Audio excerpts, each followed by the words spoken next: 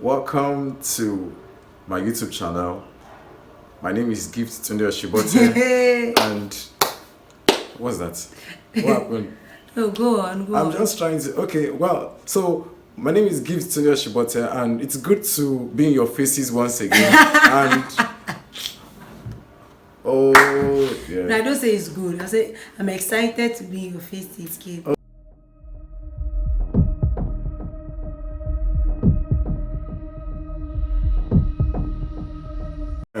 Already I can Hello, imagine. people.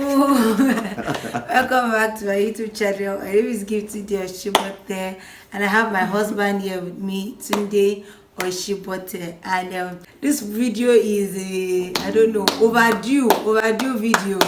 But today, but today we are going to be having that conversation. Okay, so I think this stems from a previous blog Yes. that she did on the subject of a critical nature, the subject of friendship. Yes. Many of you would remember that topic. And after we made that blog,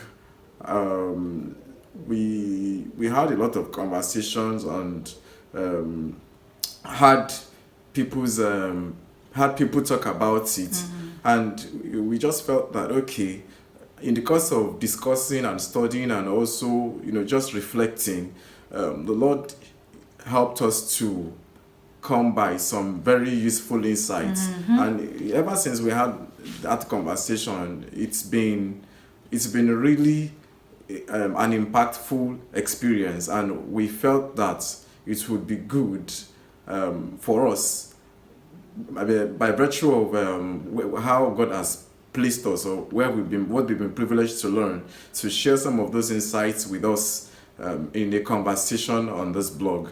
And so that's the essence for this. So it's like a follow-up to that subject of friendship. So you can call these insights on the measure of friendship, if you like, of true friendship, whatever you like to call it. So that's what we are going to be discussing today. Yes. So okay, we are going to be talking about friendship again this morning. And initially it was just me. So now I have my husband here with me. So two good heads are better than one. Definitely. Okay. Two better than one. Yeah. Babe, the first thing we're going to be talking about is it okay for friendship to be one-sided? What are your thoughts on friendship being one-sided? Like, I'm the only one giving, I'm the only one doing this, I'm the only one running, making effort on how to make the friendship work. What do you think? Well, it's a very interesting one, because the thing about friendship is that sometimes, do I call it seasons? There are times when in a given friendship, it appears that one party, or you have, sometimes you could have 2 or 3 parties or there, but of course no friendship is a one-man person. If you say, oh, you can't be your own friend anyway. I mean, I cannot say I am my friend. It definitely has to involve somebody, and so at least 2 persons have to be involved in a tie for that tie or relationship to be called friendship. That's why it's called a relationship.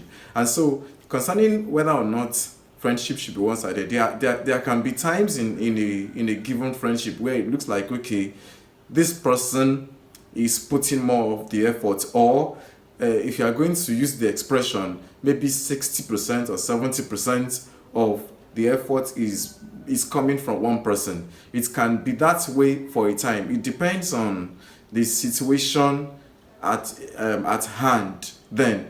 But then it should also be said that it doesn't have to remain that way forever. If the norm of whatever we call a friendship between each other is such that only one person does the giving, only one person calls to check up on you, only one person cares about how you are doing, how you are faring, or gives to you, then one would have to reconsider whether or not that friendship is actually doing well. You have to visit your neighbor all the time, then you better be careful. Yes, Yes, beware of it. So what that tells us is that friendship should not be one-sided or infinitely. That is perpetually. No, yes, that's what the part where you said friendship is seasonal. Yes. You know, it takes me back to the initial when we were talking about a perfect example of friendship in the Bible. Yes. David and Saul. David and Jonathan. And Saul's son. Yes. Saul's son. Yes. David and Jonathan. This is friendship. Yes. This life. So God actually planted Jonathan in David's life, because for David to be safe, okay, yes, he needed an insider. Yes. Who knew about, okay, who could tell him what was going to happen? Yes. So that he could be safe. Jonathan was the prince. Jonathan was the one who, according to, if things had gone the way they should be, Jonathan should succeed Saul as king. But of course, we are familiar with the story. God had already chosen David. Now, because of this, Saul was aware of this and he was looking for a way to kill David by all means. But Jonathan recognized God's hand upon David. He recognized God's favor upon David, and because of that, he joined himself. The Bible said that he joined himself soul to soul to David, and so he was protecting David, and he was all over him. He was giving David information how to protect himself, to the extent that Jonathan, or even put his own life. You know that his father nearly killed him once. Actually took this word to kill him when David, when he wanted to prove to Jonathan that truly your father has been looking for a way to kill me. So if you look at that example, you realize that it looked like Jonathan was the one giving and giving and giving, and Jonathan did not even live to see the fruit of his investment. Eventually, he died in battle. But what happened? We see that later, David proved his loyalty to the relationship, to the friendship between himself and Jonathan, in that when he eventually became king, he made sure that he sought somebody from the house of Saul to honor, whom he could honor for the sake of Jonathan. And that was where Jonathan's son, who by that time was crippled, Mephibosheth, came into the picture. In choosing our friends, okay, we should not pick our friends randomly. We should allow God, bring people our way. You get? Yes. And we should be deliberate by the leading of the Holy Spirit on who should be our friend. Absolutely. So it's not enough that you meet somebody and you guys just click and you guys are friends. We know that God uses our relationships. Definitely. God uses our relationships. Relationships are actually our best assets. Exactly. So we should be guided. We should be guided. Yes. The interesting thing about the story of David and Jonathan, in fact, and that's why the question about one-sidedness is something that was actually worth asking. Jonathan actually looked for David. If you notice it, the story actually started on the note of that he presented him with gifts. Yes. Looked for him and presented him with gifts as a mark of their belt. Yes. As a mark of their friendship. That belt, yes, belt of honor. He actually gave him his belt, the symbol of his position. He actually transferred his position to David, like by implication, because he gave him I've forgotten how the Bible puts it, but he gave him his belt. That belt is supposed to symbolize his position, the position that belongs to him by virtue of his royalty. So he transferred. He didn't just share it with him, he transferred it to him. And David understood from that point that this guy really loves me, and he trusted him, So you see the hand of God by way of providence in that. So God actually chose that friendship for him. Yes.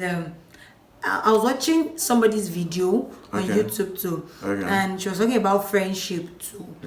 And she made a point, and she said she feels that we should have friendship for different purposes. Okay. Do you understand? Yes. Like when you are looking at your academics, there's somebody you can call. You can look up to. This is my friend when it comes to academics. When it comes to spiritual things, this is person I would relate to when it comes to spiritual things. When it comes to maybe my marriage and family, this is the person I relate to. So what do you think about that? Wow, okay. Friend. This person is my academic friend. friend. Academic friend, your spiritual friend, and Spiritual all of that. friend. If you look at the bigger picture, there are limits to doing friendships like that. There are limits to doing friendships like that because if you pick somebody now, imagine that let's imagine a situation whereby you and I were not married. Maybe we are just, and then I just, okay, this particular lady, this is the person that I look up to when it comes to, let's say, music. Now let's assume that you are musically inclined. Of course you are musically inclined anyway, but let's just we are doing assumption here. So you are musically inclined, so this is the person I will relate with, and I'm relating with you solely because of the fact that, okay, you are musically inclined, so you can influence me. Okay. Now, even if there are other people who are musically inclined like you understand the fact that, okay, you are musically, and then I look at another person, maybe that person is good, that person likes sports. I see, okay, I'm relating with this person purely on the basis of the fact that this person is a sports person. We can talk about Barcelona and Man U and all the clubs and all of that in the world. I cannot have that kind of discussion with you because you are musically inclined. Okay. You know, it's like we are actually compartmentalizing. You are actually bringing your friendships into compartments. Like I said, it's good to some extent, but the problem that I feel may lie with doing friendship that way is that, especially when you are doing it consciously, if you are doing that thing consciously, like, okay, this is the person I'm choosing for academics, then maybe, just maybe, you might be using that person. In fact, friendships that develop along that line often embrace other things. If that friendship really progresses, you will discover that the person that you are choosing based on so and so subject, a subject-based friendship. If your friendship is actually dynamic, you realize that friendship will eventually progress to embrace other things. But ultimately, friendship should embrace more than just subject basis and all of that. Then another thing I want to say is in the place of influence. Now, how will you be able to influence that person in other areas? There are some friends that are not necessarily, they don't share your faith. Now, of course, we shouldn't choose friends we shouldn't be friends with people based on faith. But what if you need to influence that person in other areas? You understand? If you say that this person is only my academic friend, you are unconsciously closing the door of possibility to influencing that person in ways other than academics. You understand? So you should be able to, even if you know that this person is only relating with me based on the fact that what we have as a common interest, you should be able to possibly influence that person, because we are either influencing or being influenced. Biggest disadvantage of that, of that thought. Yes. Okay, because if you have so many people in your circle, the kind of influence you would be getting will be. Do you understand? I think it's our pastor that says that our pastor would say this thing, that I don't believe a person can truly have many friends. Many friends. That yes. you often hear people say, I have a lot of friends. He said he doesn't believe that, because he said, according to him, he said friendship is a very serious matter. That how can you say you have many friends? They will be influencing you. And it means that it will be chaotic. Yeah, so the influence, exactly. So you have so many people in your life. I feel that friendship, like you said, should be streamlined, especially when you know that if it is purposeful. Yes. It's not just by just carrying ourselves everywhere and all of that. Everywhere. If it is a purposeful friendship, it should be streamlined. You cannot have so many people in your circle. Now, let us also look at it from this angle. Let's assume that, okay, this person that you are choosing as your friend, let's say academics now. Okay. What if that person has certain habits or certain behaviors that, there are certain people that scripture says we should actually avoid. That there are some kinds of people that the word of God Lazy people. Yes, tells us to counsels us to actually avoid, not to count them as our enemies, but to avoid them. Yes. Now imagine you have a friend that is doing well academically, and because you want that person in your life solely for academic purposes, so you know that this person has, maybe the person has, it says that if a companion of fools will become a fool, or somebody who has a very bad temper, and we are told that if you relate long enough with somebody that has a bad temper, there's a tendency for you to, the point is that bad company corrupts good. And what I feel is that for that, if you're having a friend like that, and you know that that is where the taking advantage comes in. Yes, that's what I'm trying to. So that's where the taking advantage comes in. You just balance my thought now. That you know that this person is actually not. On a normal day, this person should not be friend with this person. But because of what you are getting from the person, exactly. And see, that's another problem with that way of doing friendship. Like we said, that you're actually in that person's life, not necessarily to help him. Exactly. But because you want to get. Because of what you want to get. So you can see that's part of the deficiencies of that. So that's where the thought of if not because of what I'm getting for you, will I be here? Will you be able to talk to me like this? So you're doing my assignment for me, or because because of the money that I'm getting from you, and you will not even say it out to the person. You will just you just console yourself. Yeah, no problem. I mean, you can do whatever you like. As long as the money comes in. As long as the money comes in, no problem. So far, I'm getting what I want. And I don't think that is in agreement with the spirit of holiness like that. that we do friendships on that basis. Yes. Proposing in your heart that this is what I want to gain from this person. That is taking advantage of the person. Because you're in the person's life. Because of this, you cannot give the same thing. You cannot give the same. I think that's another thing. You cannot give the same thing on the table of friendship. You cannot always. You cannot always give the same thing. So if one person is bringing this to the table, you are bringing another thing. That's what even makes it, balance and all of that. But sometimes we expect that our friends give the same thing that we give. Okay, you expect that I call, you two should call. I visit, you should visit. Do you understand? But if we come to the place of, my friend cannot give the same thing that I give, but you must be giving something. You have something to give.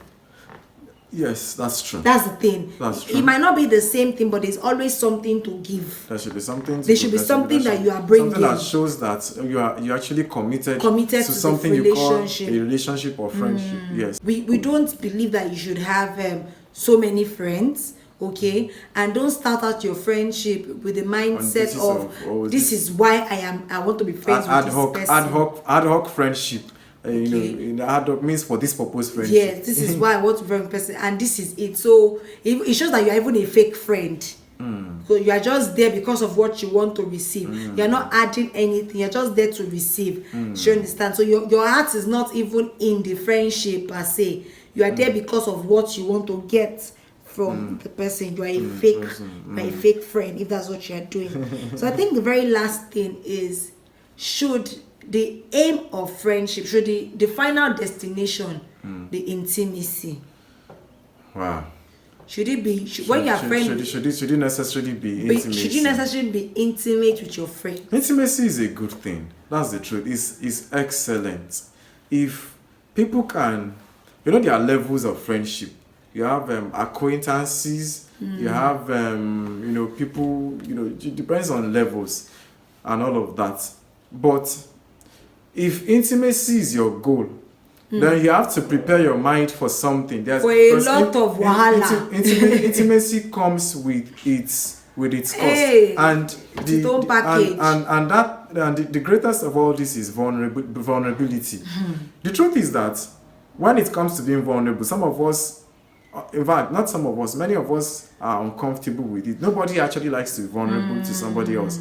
And the question of insecurities If we are willing to admit it, all of us have our insecurities. It's just that many people are very good at masking them. And why not? If you need to get close to somebody enough to know that this person actually has so and so insecurities. Maybe the person is not comfortable around people or around influential people, or this person has esteem issues, or this person is, but many people just do well. So if you want to be intimate with somebody, it means that you must be prepared to be vulnerable.